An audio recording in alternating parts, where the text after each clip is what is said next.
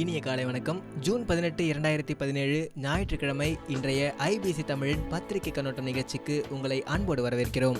இன்றைய நியூஸ் பேப்பர்ல பெரும்பாலும் ஒரே மாதிரியான செய்திகள் தான் எல்லா நியூஸ் பேப்பர்லயும் முக்கியமான இடத்தை பிடிச்சிருக்கு. அந்த வகையில அதிமுக எம்எல்ஏக்கள் பணம் பெற்றதாக குற்றச்சாட்டு, தமிழக சட்டசபையில் மீண்டும் நம்பிக்கை வாக்கெடுப்பு நடத்த வேண்டும், கவர்னரிடம் மு.க. ஸ்டாலின் நேரில் வலியுறுத்தல் என்ற செய்தி தான் தினத்தந்தியில ஹெட்லைனா அமைஞ்சிருக்கு. தினகரன்லையும் தினமலர்லையும் 2 செய்திகள் முகப்பு செய்தியா முக்கிய இடம் பிடிச்சிருக்கு. அந்த வகையில தினகரன்ல மினி உலகக்கோப்பை கிரிக்கெட் இறுதிப் போட்டி, இந்தியா பாகிஸ்தான் இன்று மோதல், ரூபாய் 2000 கோடிக்கும் மேல் சூதாட்டம் தீவிரம். தினகரனோட இரண்டாவது முக்கிய செய்தியா டிஜிட்டல் உயிர் சான்றிதழ், ஆதார் இணைக்காத 1,00,000 பேருக்கு பென்ஷன் நிறுத்தம், பிஎஃப் அதிகாரிகள் தகவல். தமிழகம் முழுவதும் ஓய்வூதியர்களுக்கு உயிர்வாழ் சான்றுடன் ஆதார் எண் இணைக்காத 1,00,000 பேருக்கு மே மாத ஓய்வூதியம் நிறுத்தப்பட்டுள்ளது தெரிய வந்துள்ளதுன்னு குறிப்பிட்டிருக்காங்க. அடுத்தபடியா தினமலர்ல ஜூலையில் உள்ளாட்சி தேர்தல் நடப்பதற்கு வாய்ப்பில்லை, இரட்டை இலை யாருக்கு என்பதில் முடிவில்லை, அதிமுகவின் 3 அணிகள் மோதலால் குளறுபடி எனும் செய்தி முதன்மை இடத்தை பிடிச்சிருக்கு.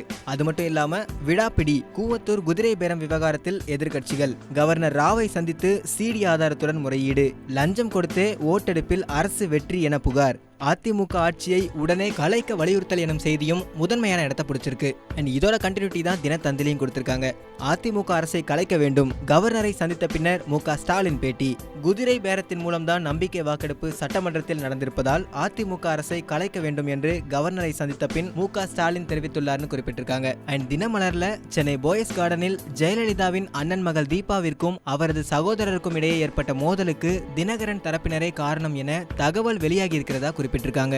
அடுத்ததா நாம் எடுத்துக்கக்கூடிய எல்லா நியூஸ் பேப்பர்லயும் முக்கியமான இடத்தை பிடிச்சிருக்க செய்தி, ரூபாய் 5181 கோடி செலவில் அமைக்கப்பட்ட கொச்சி மெட்ரோ ரயில் சேவையை தொடங்கி வைத்தார் பிரதமர் நரேந்திர மோடி. பிரதமர் நரேந்திர மோடி மெட்ரோவை திறந்து வைக்கிற போட்டோவை போட்டு அதுக்கு கீழே மெட்ரோ ரயிலை தொடங்கி வைக்கிறார் பிரதமர் நரேந்திர மோடி. அருகில் கேரள கவர்னர் சதாசிவம், முதல்வர் பினராயி விஜயன், மத்திய அமைச்சர் வெங்கையா நாயுடுன்னு குறிப்பிட்டிருக்காங்க. அடுத்ததா ரூபாய் 71 கோடி போதைப் பொருள் பறிமுதல், தொழிற்சாலைகளுக்கு சீல். சென்னையில் சோப்பு பவுடர் என்ற பெயரில் தயாரிக்கப்பட்ட 71 கோடி ரூபாய் மதிப்பிலான போதைப் பொருட்களை டிஆர்ஐ எனப்படும் மத்திய வருவாய் புலனாய்வு பிரிவு அதிகாரிகள் பறிமுதல் செய்துள்ளனர். 2 ஆண்டுகளில் 100 கோடி ரூபாய்க்கும் அதிகமான போதைப் பொருட்கள் சென்னையில் பறிமுதலாகியுள்ளன என்ற செய்தி எல்லா செய்தித்தாள்லையுமே முக்கியமான இடத்தை பிடிச்சிருக்கு. இது தொடர்ந்து ஒரு முக்கியமான செய்தியை கொடுத்திருக்காங்க தினகரன்ல. பிரதமர் நரேந்திர மோடி வரும் 24ஆம் தேதி அமெரிக்கா செல்ல உள்ளதால் ஜனாதிபதி வேட்பாளர் பெயரை நாளை மறுநாள் அறிவிக்க பாஜக திட்டமிட்டுள்ளதுன்னு அதுல குறிப்பிட்டிருக்காங்க. இதை தொடர்ந்து பயணிகளுக்கு சிரமம் ஏற்படும், தென் மாவட்ட ரயில்களை தாம்பரம் முனையத்திலிருந்து இயக்கக்கூடாது, பயணிகள் சங்கம் எதிர்ப்பு என்ற செய்தியை தினத்தந்தியில குறிப்பிட்டிருக்காங்க. இதே தினத்தந்தியில அடுத்து ஒரு முக்கியமான செய்தியா கோவையில் பரபரப்பு, மார்க்சிஸ்ட் அலுவலகம் மீது மர்ம நபர்கள் பெட்ரோல் குண்டு வீசினர், இதில் கார் தீப்பற்றி எரிந்ததுன்னு குறிப்பிட்டிருக்காங்க. இந்த செய்தியும் நாம எடுத்துக்கக்கூடிய எல்லா நியூஸ் பேப்பர்லயும் முக்கியமான இடத்தை பிடிச்சிருக்கு. அடுத்ததா ஒரு அதிர்ச்சியூட்டும் தகவலை தினமலர்ல குறிப்பிட்டிருக்காங்க. சிகரெட் பிடிப்போர் அதிகரிப்பு, முன்னாள் செயலர் வேதனை, உலக நாடுகளை விட இந்தியாவில் சிகரெட் பிடிப்போர் எண்ணிக்கை அதிகரித்து வருகிறது என மத்திய சுகாதார அமைச்சகத்தின் முன்னாள் செயலர் கேஷவ் தேசிராஜு கூறியிருக்காருன்னு தெரிவிச்சிருக்காங்க. இதோட கண்டினியூட்டியை தான் தினகரன்லையும், புகையிலை பழக்கத்தை நிறுத்தினால் புற்றுநோயிலிருந்து விடுபடலாம், மத்திய சுகாதாரத்துறை முன்னாள் செயலாளர் தகவல்னு குறிப்பிட்டிருக்காங்க. அண்ட் இதை தொடர்ந்து பாஸ்போர்ட்டுகள் வாங்குவதை எளிமைப்படுத்தும் வகையில் 149 புதிய போஸ்ட் ஆபீஸ் பாஸ்போர்ட் சேவை மையங்களை வெளியுறவுத்துறை அமைச்சகம் துவக்கியுள்ளது. இனி நீண்ட தூரம் அலைய வேண்டிய தேவையில்லைன்னு தினமலர்ல குறிப்பிட்டிருக்காங்க. அடுத்தபடியா ஒரு இனிமையான செய்தியை கொடுத்திருக்காங்க தினத்தந்தியில. குறைந்த காற்றழுத்த தாழ்வு நிலை காரணமாக தென் தமிழகத்தில் இடியுடன் கூடிய மழை பெய்ய வாய்ப்பிருப்பதாக சென்னை வானிலை ஆய்வு மையம் தெரிவித்துள்ளதுன்னு அந்த செய்தி தொடருது. இதை தொடர்ந்து தினகரன்ல தமிழகத்தில் கடந்த 2 மாதத்தில் மட்டும் மின்னல் தாக்கி 50 பேர் பலி, இதனை தடுக்க அரசு விழிப்புணர்வு ஏற்படுத்த வேண்டும் என சமூக ஆர்வலர்கள் வலியுறுத்தி வரதா தெரிவிச்சிருக்காங்க. இதுக்கு அடுத்தபடியா தினமலர்ல நடுநிலை பள்ளி வரை பள்ளி வேலை நாள் 210 நாட்களாக குறைக்கப்பட உள்ளது என பள்ளி கல்வித்துறை அமைச்சர் செங்கோட்டையன் தெரிவித்துள்ளார்னு குறிப்பிட்டிருக்காங்க.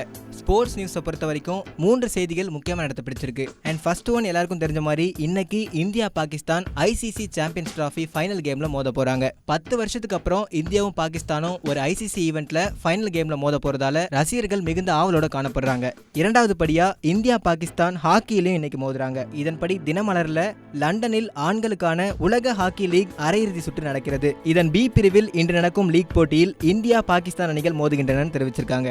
அண்ட் ஸ்போர்ட்ஸ்ல 3வது பதக்கத்தை பிடிச்சிருக்கக்கூடிய செய்தி, ஃபைனலுக்கு முன்னேறினார் ஸ்ரீகாந்த். இந்தோனேஷியா ஓபன் பேட்மிண்டன் ஒற்றையர் பிரிவு ஃபைனலுக்கு இந்திய வீரர் ஸ்ரீகாந்த் முன்னேறியுள்ளார். இதோட இன்றைய ஐபிசி தமிழின் பத்திரிகை கண்ணோட்டம் நிகழ்ச்சி முடிவடையுது. இத மாதிரி இன்னும் சுவாரஸ்யமான பல செய்திகளை உடனுக்குடன் தெரிஞ்சுக்கணும் அப்படின்னா www.ibctamil.com என்ற இணையதளத்தில் வந்து பார்த்து தெரிந்து கொள்ளலாம். இந்த நாள் இனிய நாளாக அமைய ஐபிசி தமிழ் சார்பாக வாழ்த்துக்கள்.